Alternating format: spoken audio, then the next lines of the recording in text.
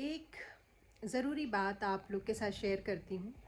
एक बार पीटीएम के टाइम पे एक टीचर ने पेरेंट्स को बताया कि आपका बच्चा सो एंड सो सब्जेक्ट में थोड़ा वीक है और बच्चे को थोड़ा ध्यान देना पड़ेगा।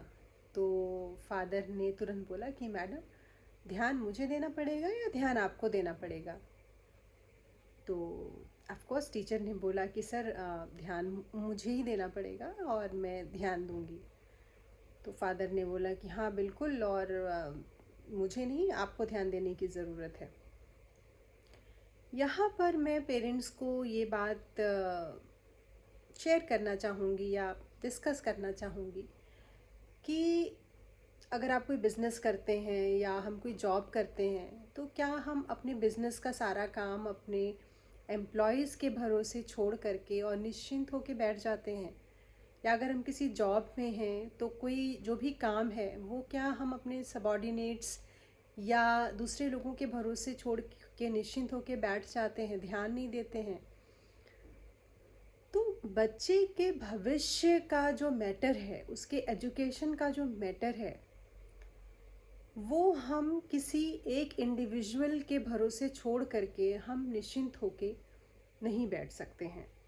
ध्यान दीजिए, class 4th, 5th, 6th, 7th और 8th, ये जो एज है, ये जो क्लासेस हैं, ये बहुत ही क्रूशियल एज और क्लास है। इवन क्लास 4 और 5 तो इतनी जो छोटी क्लास है उसमें पेरेंट्स को ये पता भी नहीं लगता कि ये इतनी इम्पॉर्टेंट क्लासेस हैं। स्कूल जब पेरेंट को बताता है कि बच्चा किसी सब्जेक्ट में वीक है, तो स्कूल ये नहीं कहता है कि अब आप ही इसका ध्यान दीजिए पूरी तरह से। स्कूल का पेरेंट्स को पीटीएम के टाइम पे ये बताने का मतलब ये होता है कि आप अपने डेली रूटीन में एक छोटा सा पार्ट और ऐड करें।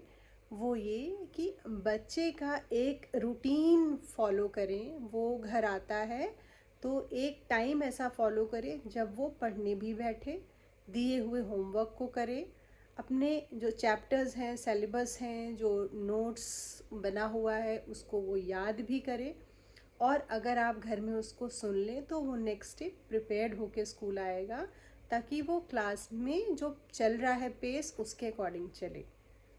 इसकी पॉसिबिलिटी बहुत ज़्यादा है कि क्लासेस में जब 40 स्टूडेंट्स हैं तो हो सकता है उसमें 20 बच्चे वीक हों, 15 जो स्टूडेंट्स हैं वो वीक हों।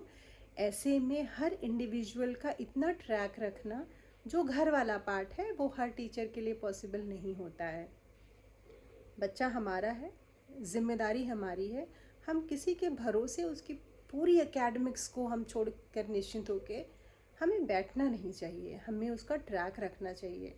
आपको सिर्फ इतना करना है कि अपने रूटीन में इतना मॉनिटर करें कि बच्चा आपका आराम से कुछ घंटे अपनी एकेडमिक्स को दे रहा है और आपको पता है कि वो इस वक्त कहाँ पर है।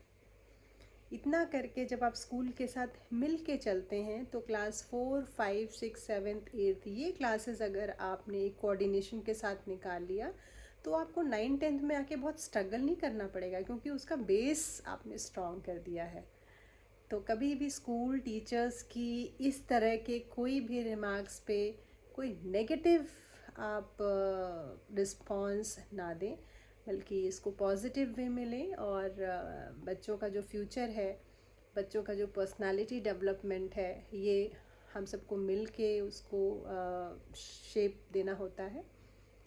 तो पेरेंट्स को थोड़ा सा इसमें समझदारी से काम लेना चाहिए।